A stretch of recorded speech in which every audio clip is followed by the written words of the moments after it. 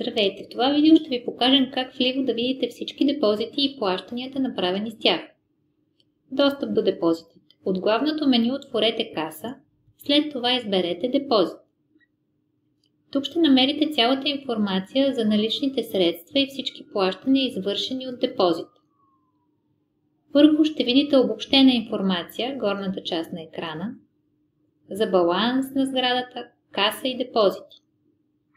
В таблицата под обобщението се показват всички депозитни плащания с подробности за тях, като вида на плащане, апартамент, касиер, дата, метод на плащане, обща сума, документ, фактура или квитанция и детайли за плащането.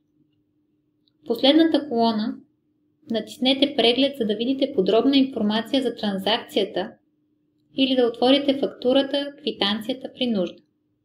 Така лесно може да следите колко пари има в депозита и какви плащания са извършени с него.